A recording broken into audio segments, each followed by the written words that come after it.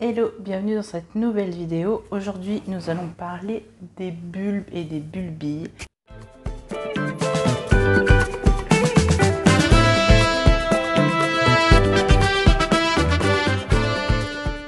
Qu'est-ce qu'une bulbille?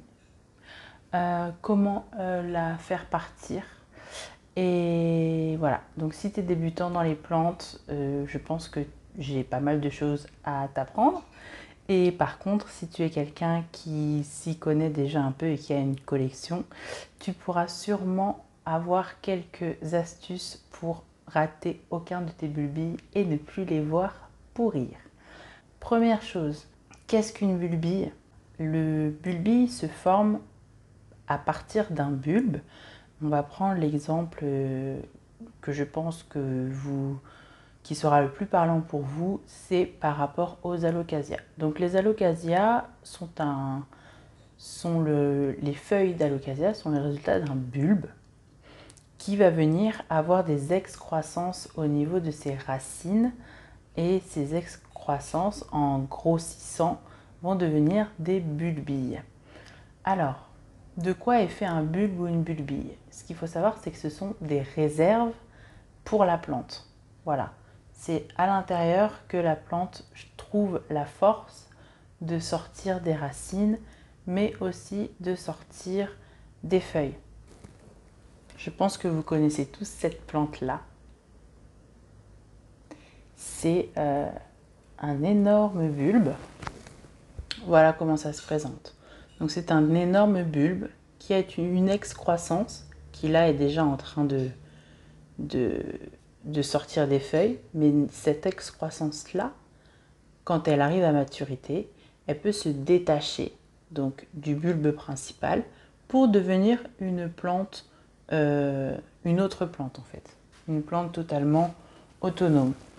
Dans la multiplication des plantes, lorsque vous allez faire des rempotages d'alocasia, vous allez pouvoir trouver des bulbilles. Alors comment faire en sorte de ne pas faire pourrir vos bulbilles et de réussir à les faire repartir? Il y a plusieurs méthodes et il y a plusieurs outils à avoir, à mon sens, pour réussir vos multiplications. Tout d'abord, il faut que vous choisissiez un support que vous maîtrisez au niveau du substrat. Alors moi, je sais que j'utilise les Root Trio, c'est ce que je préfère. C'est ce que j'utilise maintenant depuis au moins 2 ans sur toutes les multiplications que j'ai à faire, que ce soit du bouturage de coupe ou du bouturage de bulbilles. Je ne fais plus de bouturage en eau. Et tous mes bouturages sont faits soit donc avec les Root Trio, soit en perlite en box. Tout est en box. L'avantage que je vois dans les Root Trio, c'est qu'en fait, il n'y a pas de difficulté au niveau de la reprise par rapport au substrat que vous allez choisir. C'est-à-dire que peu importe dans quel Aroid Mix vous allez mettre ensuite votre plante, il n'y aura pas de difficulté d'adaptation, contrairement à un bouturage en eau où là la plante aura plus de difficultés car elle aura d'abord fait des racines aquatiques avant de devoir à nouveau s'adapter et faire des racines terriennes. Donc je lui évite ce problème-là. Et alors ça peut très bien fonctionner si votre plante elle a assez de réserve, mais si votre plante elle est assez jeune et fragile, vous pouvez la perdre en fait si c'est trop compliqué pour elle de switcher entre l'eau et la terre. Pour éviter tout ça et pour réussir tous mes bouturages, j'utilise uniquement les Root Trio et la perlite. Et la perlite, je l'utilise pas longtemps parce que c'est vrai que c'est un support qui est neutre, qui n'a pas de minéraux, qui n'a pas de vitamines, qui n'a pas de nutriments pour les plantes.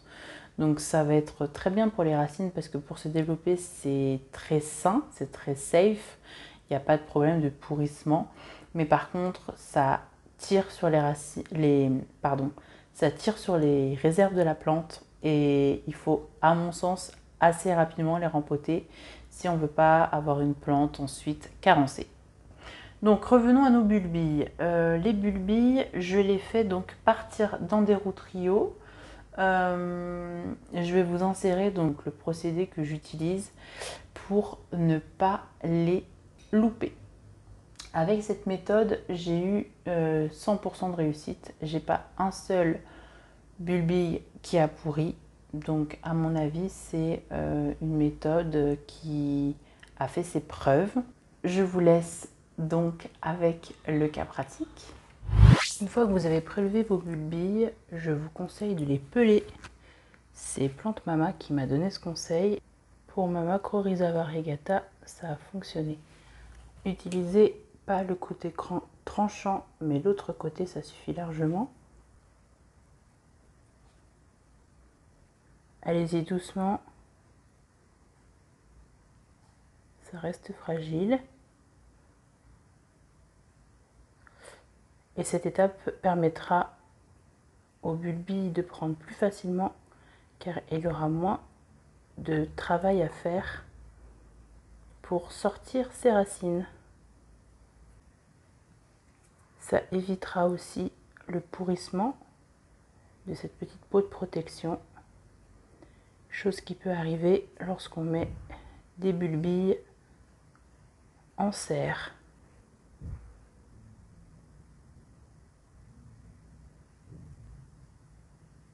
Je gratte doucement.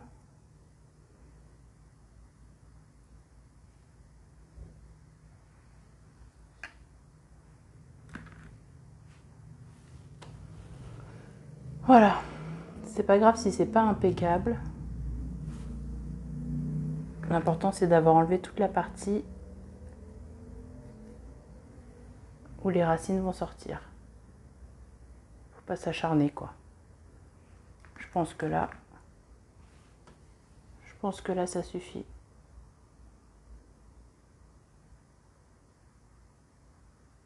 Votre bulbille est presque prête. Vous pouvez la faire tremper dans les EM quelque temps, le temps de faire les autres. Je profite donc de ce moment où vous me voyez faire le pelage de ma bulbille. Je voulais vous parler surtout des cas où vous avez une bulbille qui a un peu pourri. Voilà, soit vous l'avez laissé trop longtemps dans les EM, soit voilà, vous l'avez prélevée, elle est déjà un peu pourrie. D'abord, il va falloir nettoyer la partie qui est endommagée et l'enlever. Et si votre bulbille est quand même assez gros pour être planté, vous allez d'abord, avant de le planter, le faire tremper dans une solution d'eau oxygénée à 10% mélangée avec de l'eau. L'eau oxygénée va venir capturer donc les bactéries responsables du pourrissement et vous aurez une chance de pouvoir utiliser la bulbille malgré la partie que vous avez enlevée. Je ne garantis pas que ça reparte, mais c'est une possibilité. Voilà, ça peut vous permettre de sauver, on va dire, une bulbille. Une fois pelée, il faut rapidement mettre vos bulbilles à éclore, car elles sont sujettes au pourrissement. Le mieux donc pour les conserver, ce sera de les laisser au sec et à l'abri de la lumière, et surtout de leur laisser leur petite peau de protection. Ensuite, vous devez choisir la méthode que vous allez faire pour faire partir vos bulbilles. Certains seront plus à l'aise à faire partir les bulbilles dans de la sphaigne vivante, mais moi je préfère faire partir mes bulbilles dans des roues trio. Je ne bouture plus qu'avec ça maintenant.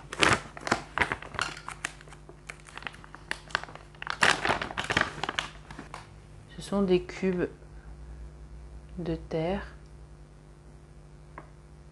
très aérés dans lesquels il est facile d'installer une petite bulbille juste sur le dessus, de l'arroser et de la voir ensuite pousser. Alors moi, pour ces bulbilles là, je vais faire comme j'ai l'habitude de faire. Surtout si vous avez l'habitude de faire en sphaigne, faites-le en sphaigne. Une fois posé dans de la sphaigne, si vous avez la possibilité de fermer et de mettre une légère aération et de faire en sorte que la sphaigne soit toujours humide et pas détrempée, je pense qu'il n'y a aucun souci, votre bulbille partira sans problème. Alors, je vais faire partir mes bulbilles dans cette petite serre qui ne m'a pas réellement servi cet été. J'y avais mis au printemps des graines, mais avec le déménagement, je m'en suis absolument pas occupée. Donc, je voulais l'utiliser quand même pour faire partir des bulbilles. Je vais utiliser la même base que la base de mes mini-serres. Voilà.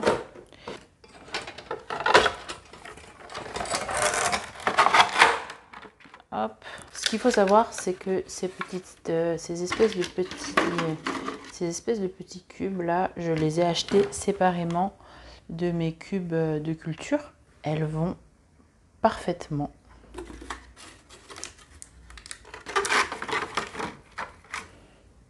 Donc petit cube de culture, voilà, que je vais installer. J'ai 3 bulbilles, donc je vais en mettre 3.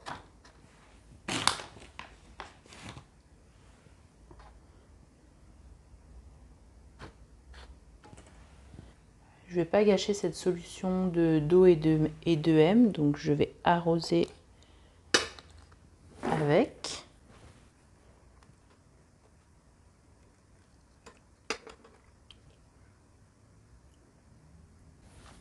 Et voilà, j'ai installé les 3 bulbilles dans la serre que je vais fermer. Et je vais laisser ça au moins 2 semaines avant d'avoir la première feuille. Je vous ai surtout parlé de la culture en route Rio, car c'est celle que je fais, mais je vais aussi vous parler de la culture en sphaigne. C'est quasiment la même chose à une seule chose près, c'est que votre sphaigne doit être humide mais pas détrempée. Faites vraiment attention à ça. Il ne faut pas qu'on puisse l'essorer, il ne faut pas qu'il y ait de l'eau qui reste au fond, ou alors dans ce cas, il faut qu'il y ait des billes d'argile pour qu'il y ait une espèce de condensation avec la sphaigne afin qu'elle ne pourrisse pas et qu'elle fasse pourrir aussi votre bulbille.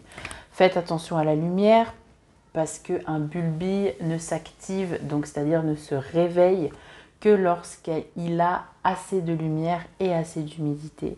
Donc si vous pouvez coller vos bulbilles à la fenêtre, surtout n'hésitez pas. Ça leur fera vraiment du bien d'avoir beaucoup de lumière pour pouvoir sortir la première feuille. Plus c'est rapide, mieux c'est, parce que ça veut dire que la plante n'a pas eu besoin de trop puiser dans ses réserves pour pouvoir sortir une nouvelle feuille. Plus votre plante est en forme, plus elle va bien, plus elle vous fera de bulbilles. Donc plus vous pourrez vous amuser aussi à faire plein de multiplications et de voir vos plantes grandir vraiment de la graine, enfin de la bulbille à la plante mature, et je trouve ça vraiment trop chouette. Il serait intéressant aussi pour l'évolution de votre bulbille qu'il y ait des bactéries bénéfiques qui soient autour des racines et qui aident justement les racines à rester en bonne santé. Personnellement, j'utilise ceci. Ah, le focus ne se fait pas. Voilà, le Voodoo Juice, dans lequel il y a des Bacillus licheniformis, des Bacillus pumilus et des Bacillus subtilis, ainsi que des Phanibacillus polymixa. Donc c'est quelque chose qui peut aider vos plantes à ce que des bonnes bactéries colonisent les racines et fasse en sorte qu'elles ne pourrissent pas. Pour illustrer mon propos, je vous propose de voir l'évolution de la bulbille que j'ai récupérée chez Charlotte de Macrorhiza variegata. Entre le moment où je l'ai eue et le moment où elle m'a sorti sa première feuille, il y a moins d'un mois. Donc voilà, je suis très contente de pouvoir vous montrer cette évolution. J'ai pelé ma bulbille et je l'ai posée sur un route Rio. J'ai fait partir cette bulbille dans mon ancienne maison. C'est une bulbille qui m'a été offerte et je l'ai mise avec mes autres boutures en box pour le trajet jusqu'à mon nouveau chez moi. Je ne me suis absolument pas occupée donc de cette bulbille durant tout mon processus de déménagement. Comme vous pouvez le voir, 10 jours après, la première feuille est sur le point d'arriver et les racines sont bien développées. Ensuite, ce qui s'est passé, c'est que moins d'une semaine après, la première feuille, je voyais bien qu'elle allait pas tarder à se dérouler. Et là, je peux vous dire que tous les jours, j'ai regardé où est-ce que ça en était. J'avais trop hâte de voir comment elle allait être. Donc 2 jours après, même pas, elle était presque déroulée. Donc je regardais, je faisais attention. C'est là où il faut faire attention aux fongiques aussi, parce que vu qu'il y a une feuille, on peut avoir des problèmes de fongiques. Et voici enfin la nouvelle feuille, la première feuille de cette bulbille. J'espère que cette première vidéo sur la multiplication et le bouturage t'a plu. Dis-le moi en commentaire si c'est le cas. Dis-moi quelle technique de bouturage tu utilises et que tu voudrais me voir expliquer. Je pense faire le bouturage de coupe pour, pareil, expliquer comment les plantes se multiplient en se cassant dans la nature. Et je voudrais aussi vous parler d'une autre forme de multiplication des plantes qui est les rhizomes. Donc ce sera sûrement pour une prochaine vidéo. Merci d'avoir regardé jusqu'au bout. Si ça t'a plu, j'espère que ça t'incitera à mettre un pouce en l'air. Moi je te dis à samedi prochain pour la prochaine vidéo. Et en attendant, je te fais des gros bisous. Bye!